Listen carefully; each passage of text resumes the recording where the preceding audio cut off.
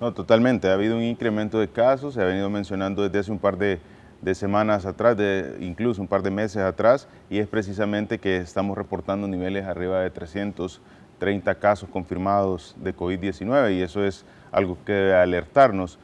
Bueno, el día 18 tuvimos el número más alto en el año, 341 casos confirmados de COVID-19 y eso definitivamente no lo habíamos observado desde hace ya un par de semanas atrás, en las cuales sí se observaron cantidades un par de meses atrás que se observaron cantidades sumamente elevadas. Y ustedes lo pueden observar en las gráficas que se tienen ante el COVID-19 y las gráficas confirmadas día por día. Específicamente llegamos a un momento en que se tuvieron 449 casos. Eso fue en agosto del año pasado, ¿verdad? Pero en este momento hemos llegado a un punto, el punto más alto en la cantidad de casos confirmados por día y eso fue para el día 18 con 341 casos confirmados, los cuales debe servirnos a nosotros como una alarma ante la situación que se está incrementando en el territorio. Ahora, ¿qué es lo que está sucediendo? Y que yo creo que es al final la parte fundamental.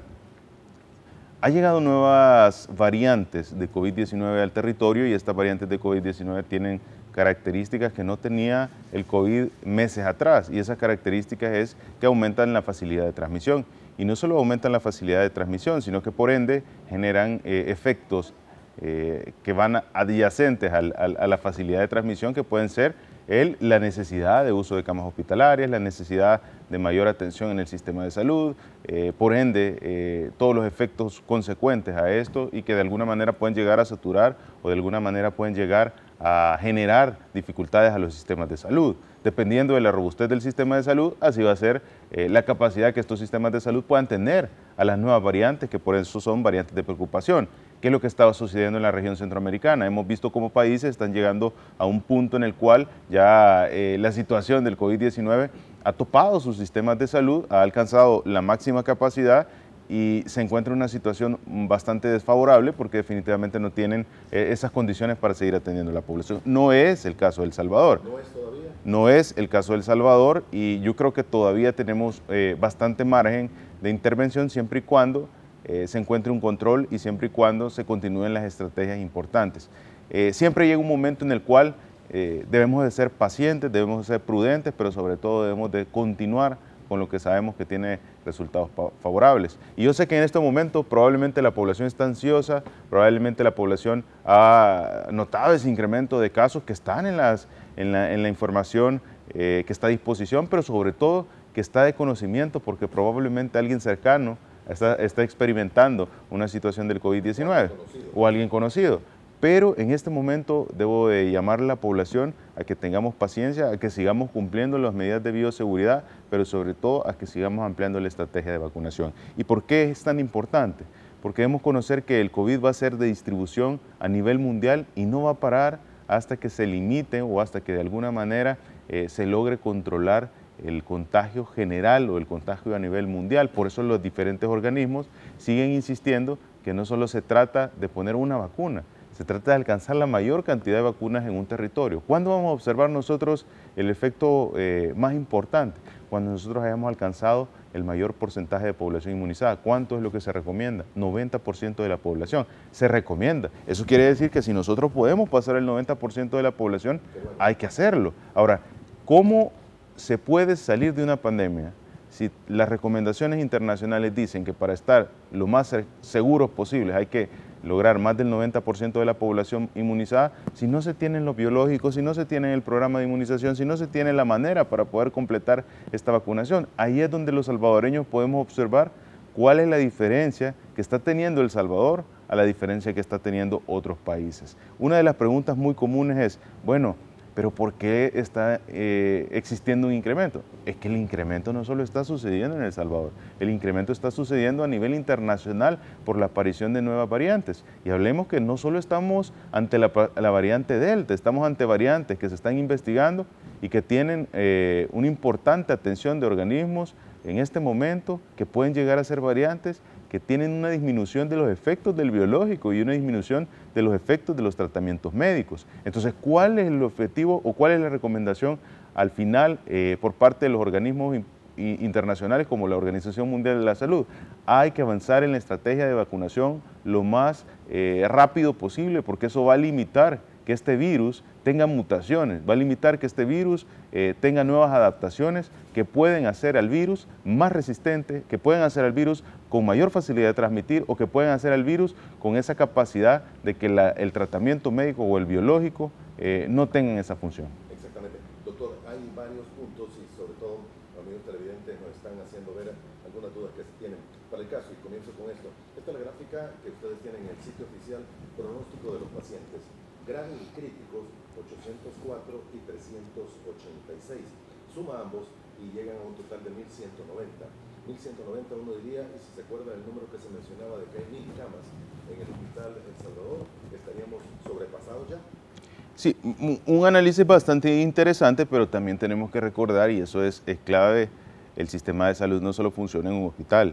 El sistema de salud tiene una red nacional de hospitales y una integración e interconectividad que facilita el atender una emergencia médica. ¿Y por qué es así?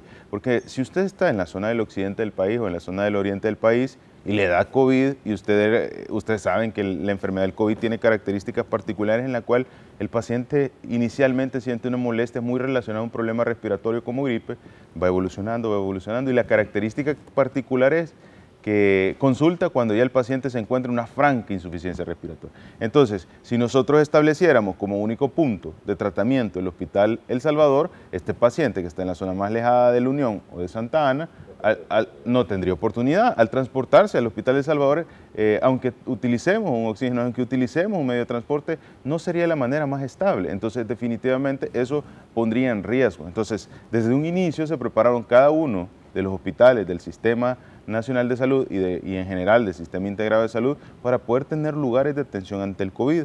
La mayor parte de la población los reconoce como los griparios, pero si bien es cierto, existen griparios, no puede existir un hospital que tenga un gripario sin tener un lugar de estancia o atención intermedia para el traslado. Entonces, ¿qué quiere decir? Cada hospital que tiene su gripario tiene asignado un área de tratamiento médico para un paciente con una sospecha o con un dato confirmado de COVID dentro de su institución. Ahora, estos se van habilitando dependiendo de la necesidad. ¿Qué quiere decir? Cuando nosotros teníamos la cantidad más baja de casos, estos servían como evaluación, estabilizar al paciente y transferencia al Hospital El Salvador. Hay hospitales que siempre estuvieron dando esas atenciones, como lo son el Hospital Saldaña, el cual tiene una unidad de cuidados intensivos, como lo es el Hospital Rosales, el cual tiene una unidad de cuidados intensivos de COVID, como lo es el Hospital Sacamil, como ha sido el San Juan de Dios Santa Ana, como ha sido el San Juan de Dios de San Miguel. Son hospitales que, a pesar que los casos disminuyeron, seguían atendiendo población COVID porque podían darle resolución a estos pacientes en el sitio donde se encontraban y así descongestionar y no arriesgar al paciente en un traslado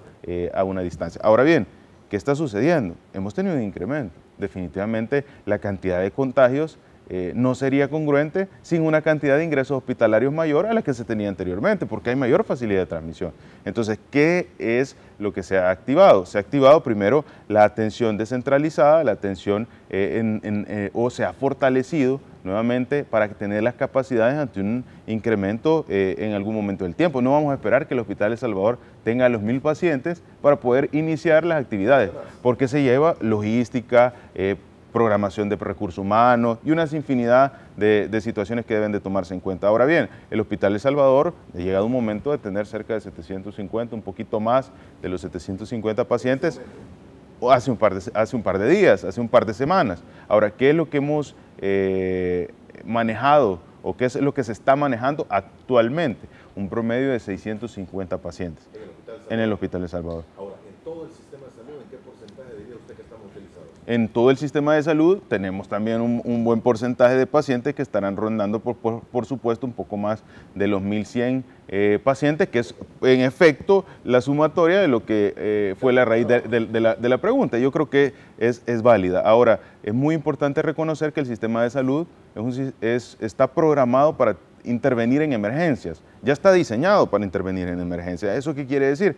Que ante la mayor demanda, ante una situación sanitaria, que puede ser de otro tipo, pero en este caso estamos hablando de una situación sanitaria de COVID, él se puede ir adaptando en los entornos para que de esta manera se le pueda dar solución. Ahora, evidentemente llega un momento en que, por más que queramos, si no tenemos camas hospitalarias o no hay un lugar de atención, sucede lo que hemos visto en otros países, que probablemente están hasta en sillas recibiendo oxígeno, si es que se tienen manómetros para recibir oxígeno, caso que no es lo que ha sucedido en El Salvador, donde todos los pacientes de COVID han tenido a disposición el tratamiento médico farmacológico necesario para poder ganar la batalla del COVID-19. Ok, doctor, en el caso, bueno, anoche nos vamos a dedicar, voy a señalar en este momento los datos que proporciona el Ministerio de Salud en el último reporte y dice, se informa de 11 decesos. Masculino de 40 a 50, masculino de 50 a 60, 2 masculinos de 60 a 70, 2 masculinos, grupo etario de 70 a 80, continúa, dice, 2 masculinos mayores de 80 y femeninas de 30, 40, 40, 50 y mayores de 80. Hemos visto en otros días casos de menores, incluso de un pequeño de meses, creo, y otro joven de 15 años aproximadamente, si mal no recuerdo los datos. Pero solo para terminar de formular la pregunta, ¿será, y esta es duda también de los amigos televidentes, será que de alguna forma una de las vacunas, en este caso la primera que se empezó a aplicar a las personas mayores de edad, tiene menos resistencia ante las nuevas variantes y por ello es que están falleciendo personas que incluso se piensa que ya estaban con la doble vacunación? Y esto quisiera que me confirmara también. Creo que el padre Flavián Muchi estaba vacunado, ¿verdad?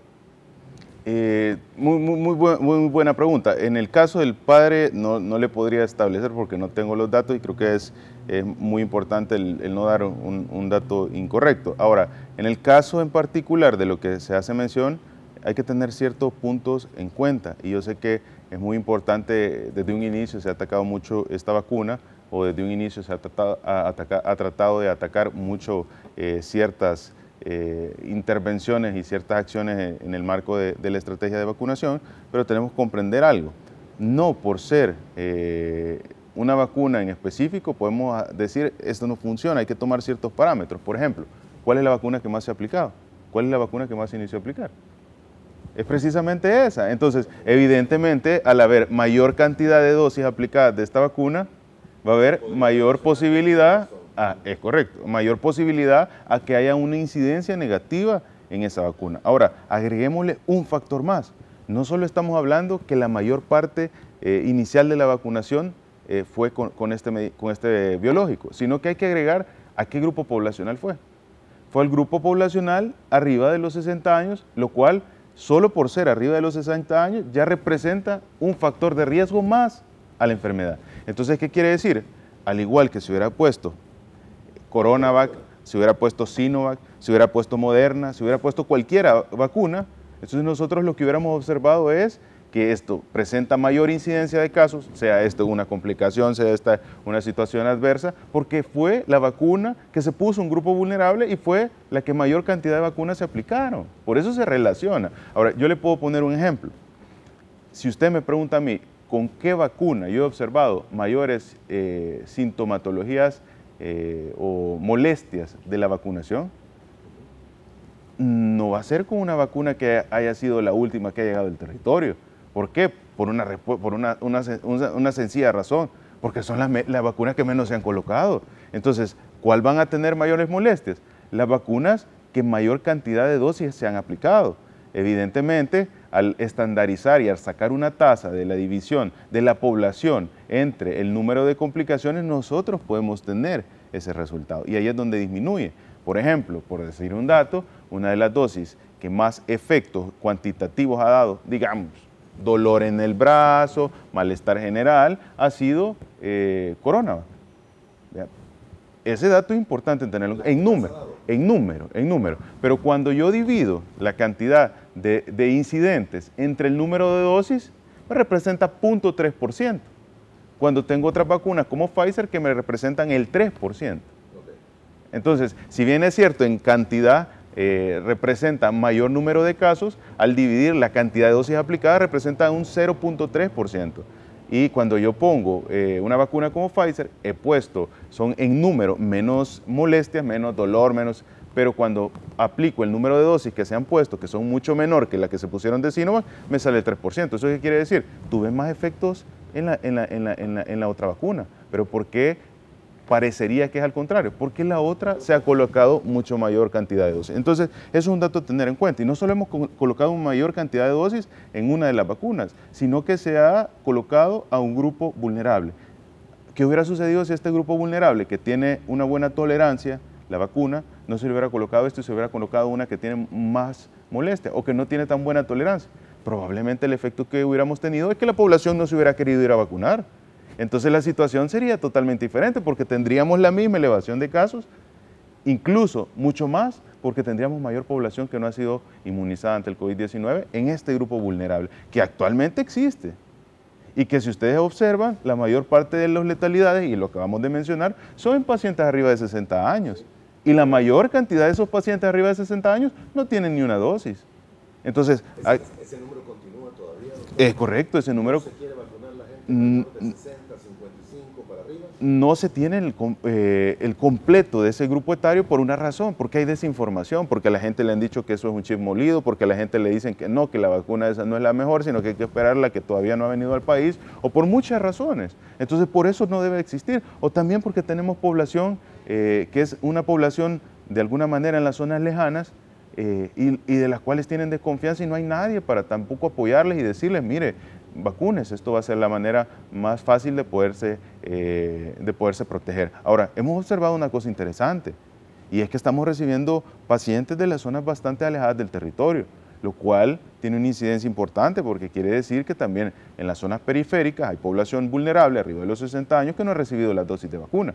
Entonces, definitivamente vamos al punto inicial y es, estamos llegando a un 60% de la población inmunizada, que eso es lo que representa más de 4.55.000 dosis de segundas dosis aplicadas, pero 60% no es 90%. Y definitivamente eso quiere decir que hay un margen del 40% de la población, que 40% no es un margen despreciable, que todavía no tiene ningún grado de protección. Entonces eso, en combinación con que hay una variante de preocupación que tiene mayor transmisión, es una combinación que lo que genera es mayor cantidad de casos. Ahora, hay que tener algo importante en mente, porque dirá, bueno, eso tiene una explicación como lo está diciendo, pero ¿y qué pasa con las personas que han recibido las 2 dosis de vacuna? Pues tenemos que tener en cuenta que las variantes que están suscitando también tienen ciertos componentes que pueden llegar a ser mayor o disminuir los efectos de esto, que todavía se está en análisis. Pero aún a eso hay que agregarle algo.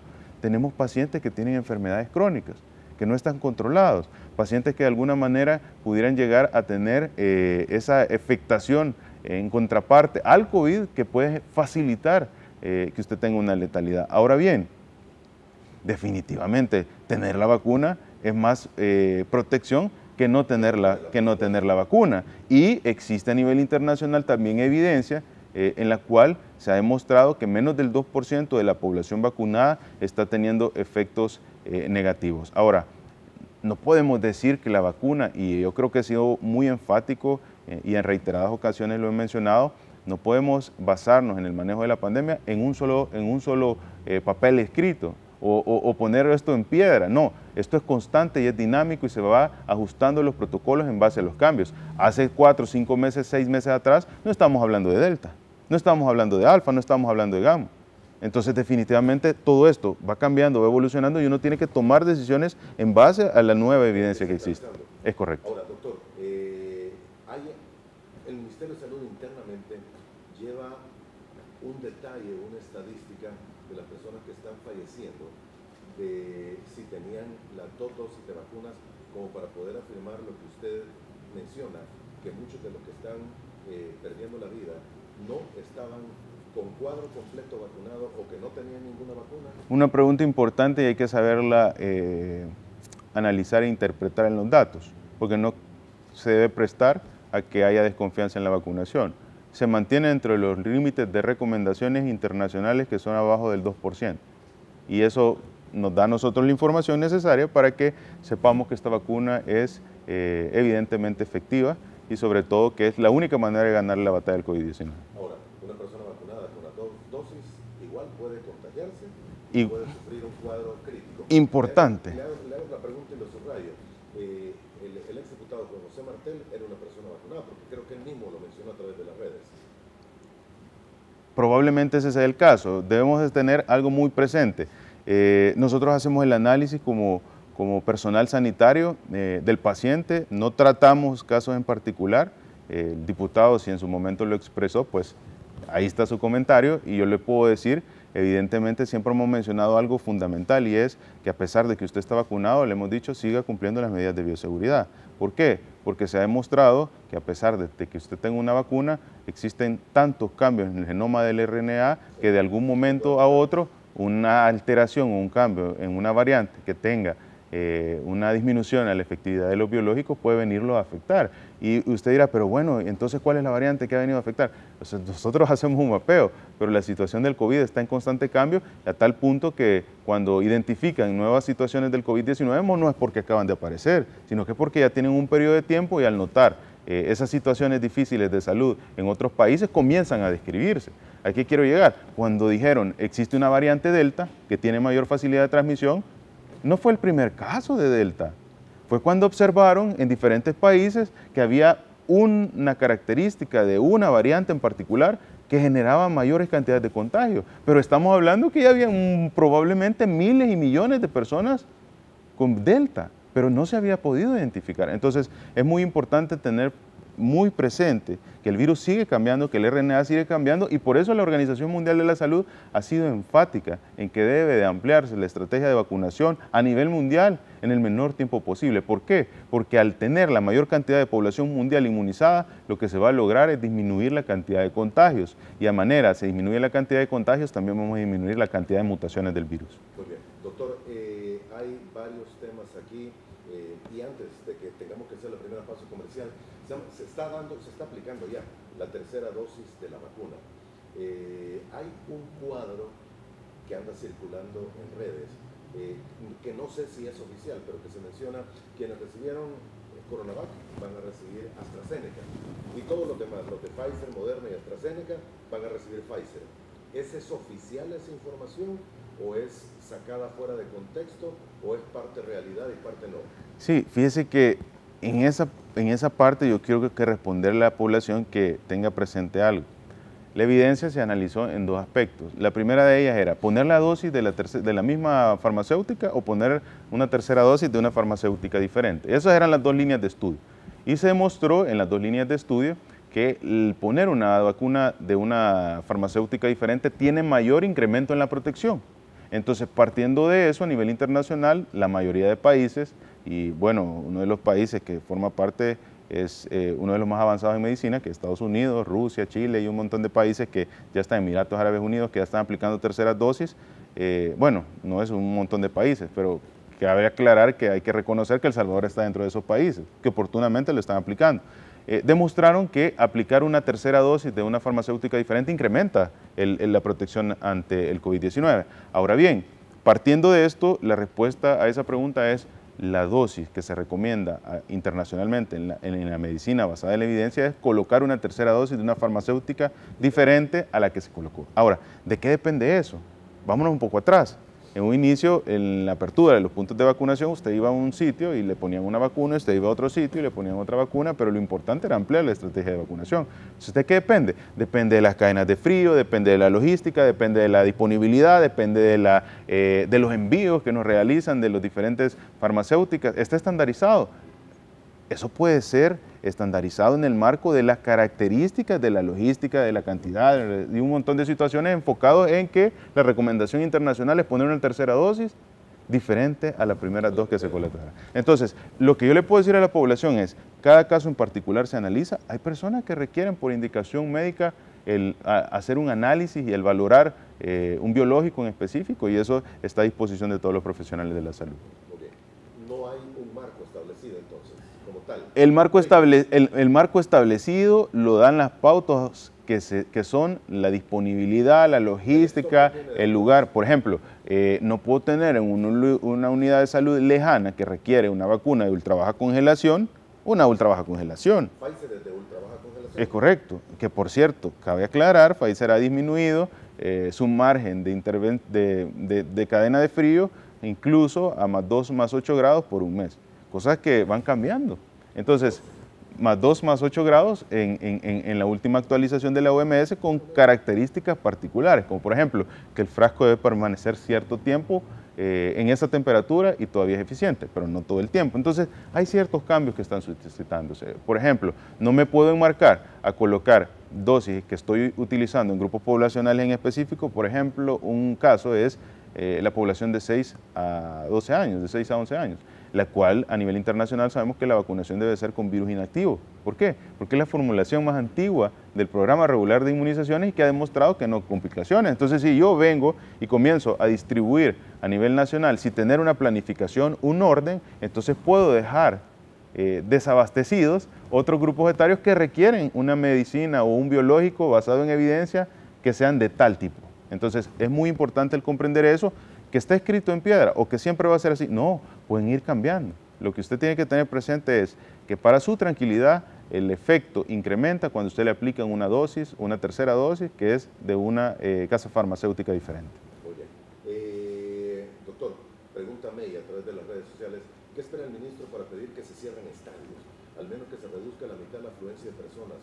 ¿Por qué no se toman en serio la cantidad de contagios y muertos que hay en este momento? Sí, yo creo que es muy importante esa pregunta. Definitivamente no todo lo decide el Ministerio de Salud. Hay un análisis complementario por todas las diferentes entidades en el territorio. No solo es el Ministerio de Salud. El Ministerio de Salud pone a disposición toda la información. Hemos mencionado cómo han incrementado los casos. Sigo pidiéndole a la población que de no ser necesario no se exponga, y creo que es fundamental el comprender que el compromiso de cada uno de nosotros es importante, porque si bien es cierto, hay actividades que se están realizando, ¿verdad? Parten de que esa afluencia de esas actividades es por la misma población salvadoreña. Entonces tenemos que tener el conocimiento de que no todo depende del Ministerio de Salud, no todo se debe enmarcar en tomar medidas porque pensamos que esas medidas van a tener resultados. Hemos observado casos como el de Australia, en el cual tomaron medidas de contención epidemiológica y siguen teniendo casos.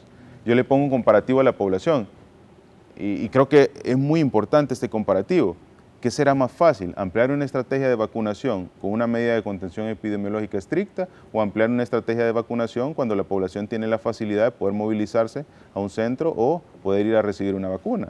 ¿Qué es más eficiente? ¿Tomar una medida de control epidemiológico o de contención epidemiológica o tener la mayor cantidad de población inmunizada? Porque si nosotros tomamos una medida de contención epidemiológica y no se toma o no se coloca la vacuna, lo que usted está haciendo es retrasando una posibilidad de complicación o letalidad, porque si bien es cierto, en ese momento está circunscrito en un área que no va a ser estrictamente la contención, porque usted tiene que salir a comprar alimentos, tiene que salir a comprar medicamentos, y en un marco de variantes que tienen 67% mayor transmisión. Entonces, ¿qué está sucediendo? Usted está retrasando lo que eventualmente, cuando salga, si no tiene la vacuna, le va a contagiar del COVID-19. Entonces, reitero, la recomendación internacional más importante en todo el mundo es ampliar la estrategia de vacunación. Por eso nosotros hemos tomado medidas que van acorde a eso. Se ha puesto a disposición 30 equipos de vacunación o de centros de vacunación móviles que están todos los días en diferentes zonas del territorio, aparte de los 160 centros de vacunación, aparte de los 3 autoservicios, aparte del megacentro de vacunación para abordar 4 grupos poblacionales importantes. El primero de ellos es aquella población que de alguna manera, desde que se anuncia la vacunación, fue la primera que agendó la cita, fue la persona que están más comprometidas con su salud y que de alguna manera estuvieron haciendo todo el proceso en el primer momento. Gracias a Dios, ese grupo representa la mayor cantidad de población. El segundo grupo de población meta inmunizar, que tenemos que tener presente como sanitarios, son aquellas personas que han tenido dificultades para trasladarse a un sitio o que por alguna razón no se han querido vacunar, creen en la vacunación, pero por alguna razón no han podido asistir. Entonces, para eso nosotros estamos tomando estrategias. ¿Y cuáles son? Nosotros estamos desplazando centros de vacunación en todo el territorio para que ellos puedan tener esa facilidad de que, están vacunando, voy a pasar y me voy a colocar la vacuna. No necesito una cita. Hay situaciones, doctor, tengo que ir a la primera pausa, pero hay situaciones en las que uno no puede dejar de ser el que hace las preguntas aquí, sino que tiene que opinar. No entiendo cómo es que habiendo una vacunación gratis en el país, hay gente que diga, no me voy a vacunar. Para aquellos que están pensando que una vacuna es mejor que la otra, y estaba leyendo ayer, y usted me lo valida, por favor, antes de la pausa, Lancet dice sí, parece que la vacuna china disminuye su protección contra las nuevas variantes, pero hay otro estudio también que indica que la vacuna china es precisamente la única que utiliza el virus atenuado o el virus muerto para que el organismo identifique todo el virus, no únicamente la proteína S o el spike o la corona, y que por eso podría ser más eficiente que las otras a largo plazo. ¿Me equivoco en esto? Ya lo hemos platicado, esto anteriormente ya lo hemos comentado y totalmente de acuerdo. La diferencia es que la fracción, el RNA mensajero de una vacuna lo protege específicamente contra ciertas partes del COVID. En cambio, la otra es una formulación de un virus inactivo que contiene todo el virus. Entonces, esto le permite generar defensas en ambos aspectos, no solo la inmunidad humoral, que son anticuerpos, sino que la inmunidad celular, que a largo plazo se habla que esta inmunidad celular puede tener muchos más años de protección ante la aplicación de esto y por supuesto ante variantes que puedan tener esas características particulares que no están contenidas en la de RNA mensajero.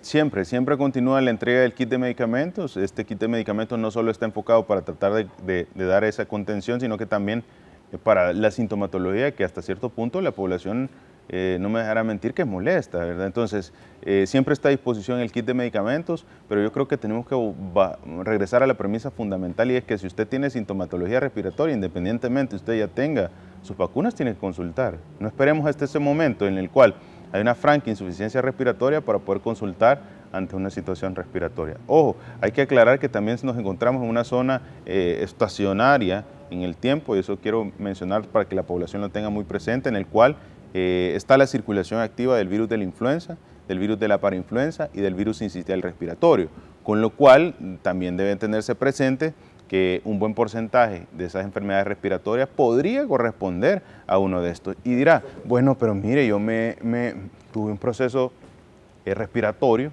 que fue corto en el tiempo, pero me hice la prueba y me salió positiva. Entonces ahí entramos a otra complicación que ha generado esta enfermedad tan importante y es lo que se llama intermitencia de la prueba. ¿Qué es intermitencia de la prueba?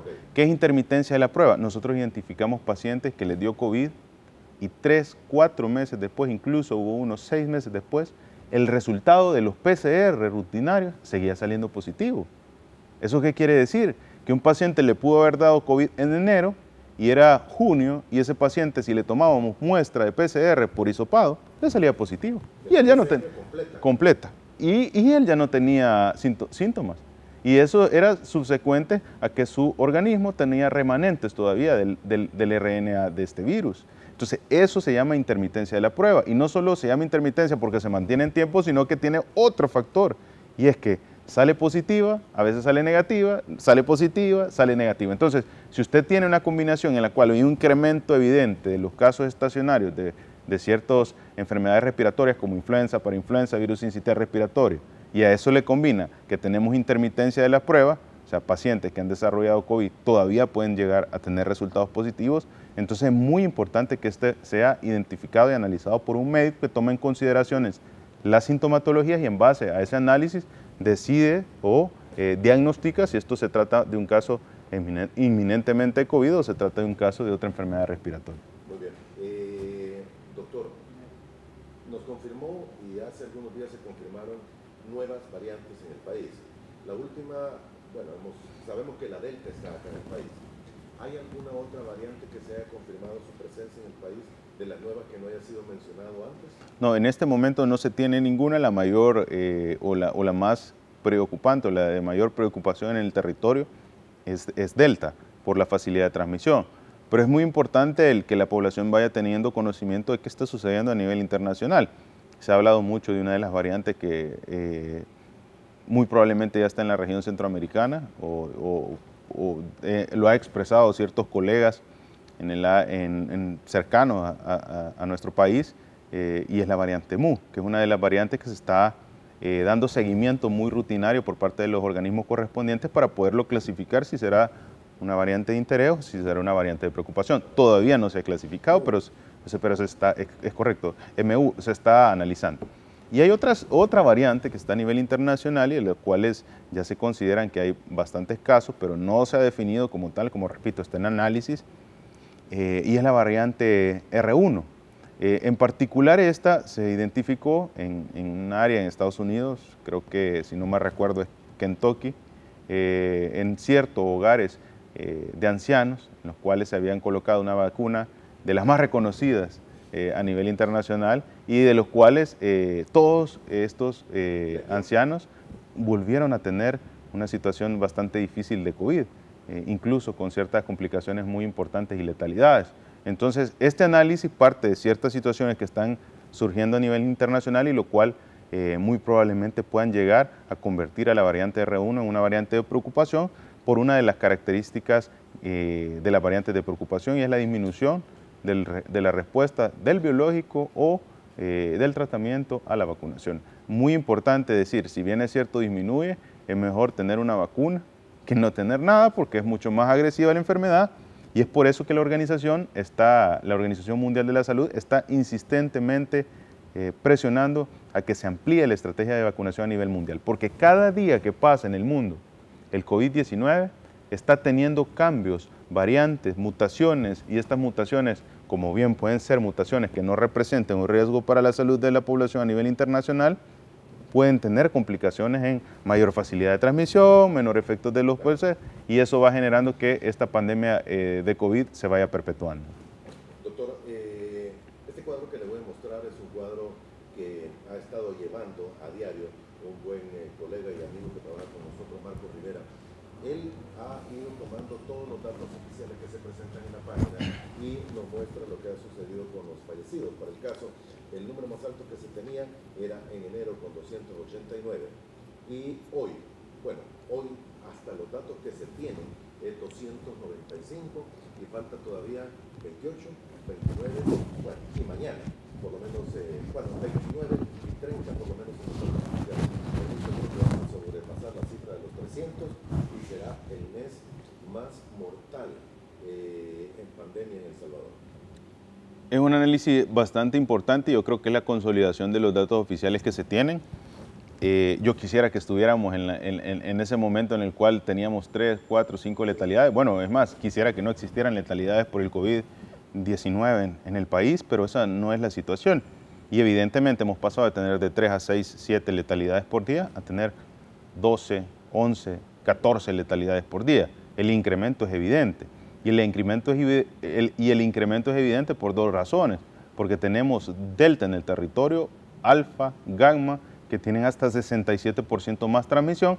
Si tienen 67% más transmisión, quiere decir que si usted tiene 100 contagiados de COVID, en el entendido o en el contexto de que aún falta 40% de la población de inmunizarse. Si usted tiene 100 pacientes contagiados, usted ya no solo tendría 300 posibles contagios o 500 posibles contagios, estamos hablando de 700 a 1000 contagios por cada 100 casos. Y de eso, evidentemente, sabemos que el 80% es asintomático, pero el 20% puede ser con tratamiento médico moderado, severo, o puede llegar a ser ese 5% de pacientes que llegan a la UCI. No es lo mismo el 5% de 10 que el 5% de 10.000. Entonces, evidentemente, entre más contagios tenemos, más pacientes que llegan a unidades hospitalarias, más pacientes que llegan a UCI y más pacientes que van a tener letalidad. Exactamente. Doctor, y se ha conocido también el estudio que ha hecho Disruptiva de la Universidad Francisco Gavidia, con un escenario, sobre todo con los partidos que se van a desarrollar en el país, en el que si una persona va, el escenario podría ir de 30 a 300, dependiendo cuál es el nivel de vacuna que tiene y la eficiencia que podría tener la vacuna ante una aglomeración de ese tipo, y han agregado ciertos factores. ¿Le daba la necesidad a este estudio? ¿Lo conocen? Mire, no tengo a profundidad el estudio, no lo tengo a profundidad, pero le puedo decir que ellos parten de un análisis superficial. ¿Y cuál es ese análisis superficial? Ellos parten de la eficacia de las vacunas y del tener en el contexto que una persona está transmitiendo la enfermedad. No es que esté justificando que existan actividades deportivas o actividades que generan aglomeraciones, porque yo siempre he dicho, y lo recomiendo a la población, usted lo que tiene que hacer es evitar asistir a aglomeraciones o evitar asistir a actividades no esenciales. Pero lo que quiero llegar es que si usted tiene un ambiente en el cual toda la población o el 100% de las personas que asisten a esa actividad tienen la vacuna, usted no puede hacer un comparativo de eficacia con número de cantidad de personas, porque no son datos iguales. Entonces usted está hablando que está en un grupo poblacional donde si bien es cierto, hay una cantidad y que sacando la estadística de la eficacia, usted puede sacar un resultado como el que obtuvieron, no lo puede aseverar, porque usted está hablando que está en un entorno donde técnicamente el 100% está inmunizado y eso le disminuye prácticamente el 70% de la posibilidad de un contagio interno. Entonces, no es lo mismo decir una persona, analizar una persona y analizar una eficacia de la vacuna y entonces sacar los datos que se quieren obtener para decir que de esta manera no está siendo eficiente la vacunación, a analizar el contexto completo. Ahora, muy enfáticamente le digo, a la recomendación y se lo reitero a la población, no asistamos a actividades donde hay aglomeraciones, no asistamos a actividades que no son esenciales, eso simplemente poner en riesgo su salud y la salud de su familia, a pesar que tenga la vacuna. Entonces creo que es muy importante que la población logre entender ese autocompromiso que debe existir para protegerse ante el COVID-19. Lo pregunta Sandra, no se ha contemplado, nos dice, obligatoriedad a vacunarse, porque mientras esta gente no lo haga, el círculo de transmisión no va a parar. Es demasiado la irresponsabilidad, o por lo menos que se exige el carnet para ingresar a lugares como centros comerciales, restaurantes y otros.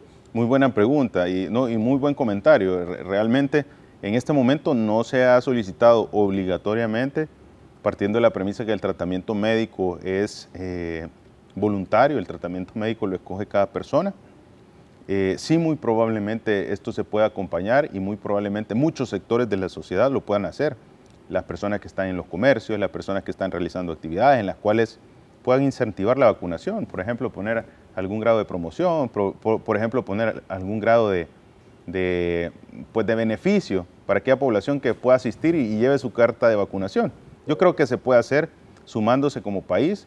Hay que abordar temas importantes como, primero, hacer conciencia a aquellos salvadoreños que de manera irresponsable se están arriesgando, se están comprometiendo y que pueden comprometer a su familia. Segundo, abordar el punto de que como país, si todos nos unimos, ampliando estrategias, beneficios, actividades en los cuales se incentive el tener una vacunación o haga que la población diga, no, yo debo de tener mi carta de vacunación porque si yo tengo mi carta de vacunación probablemente si voy a tal lugar me hacen un descuento.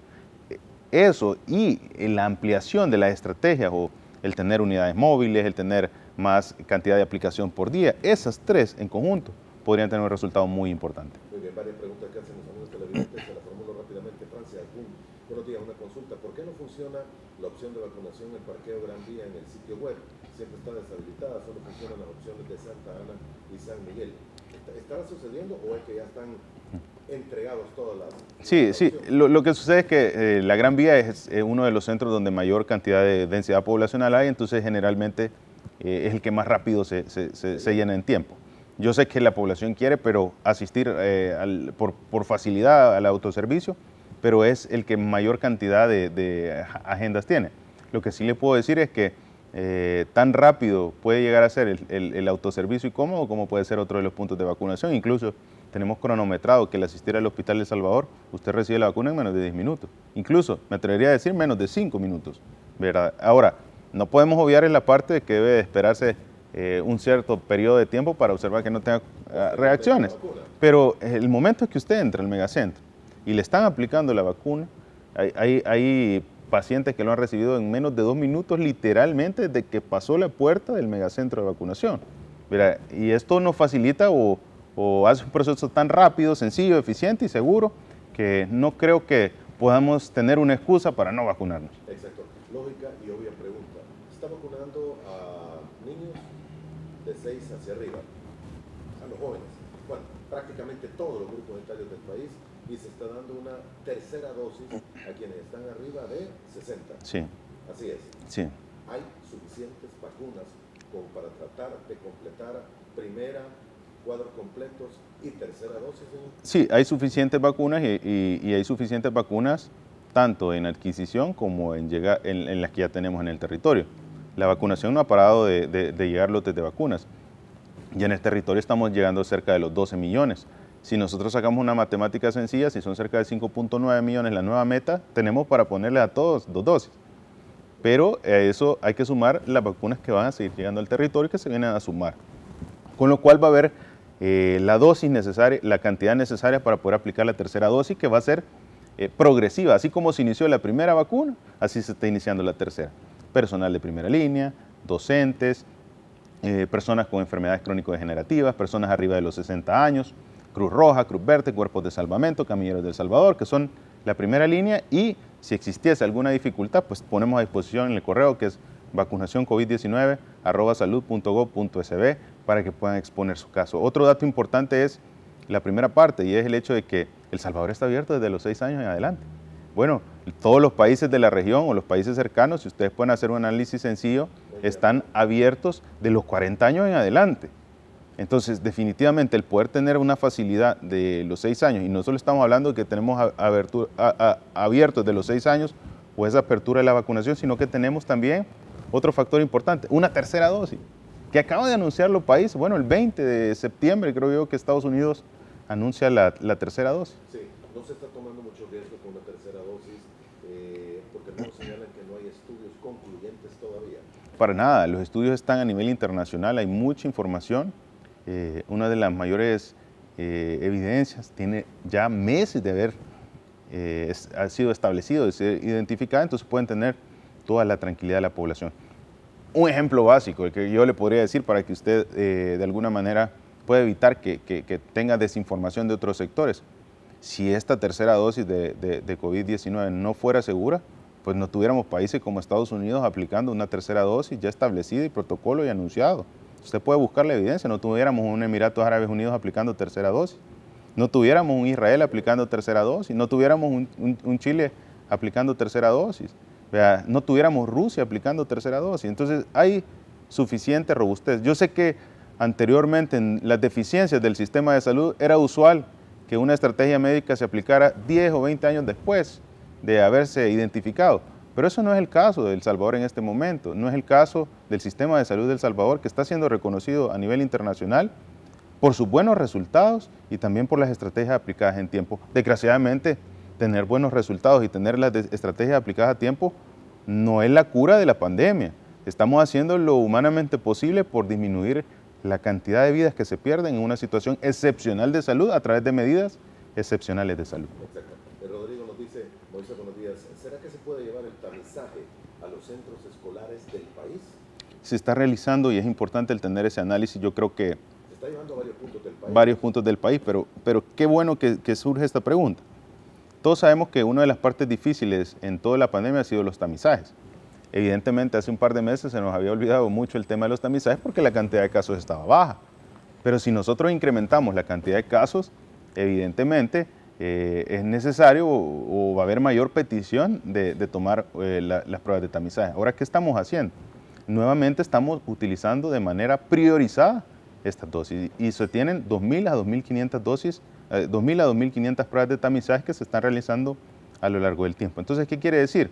Probablemente antes la cabina estaba y la población veía las cabinas de vacunación y decía, bueno, me voy a ir a tamizar, aunque no tuviera ninguna sintomatología. En este momento en que hay incremento de casos, hay que hacer un uso mucho más eficiente de las pruebas de tamizaje.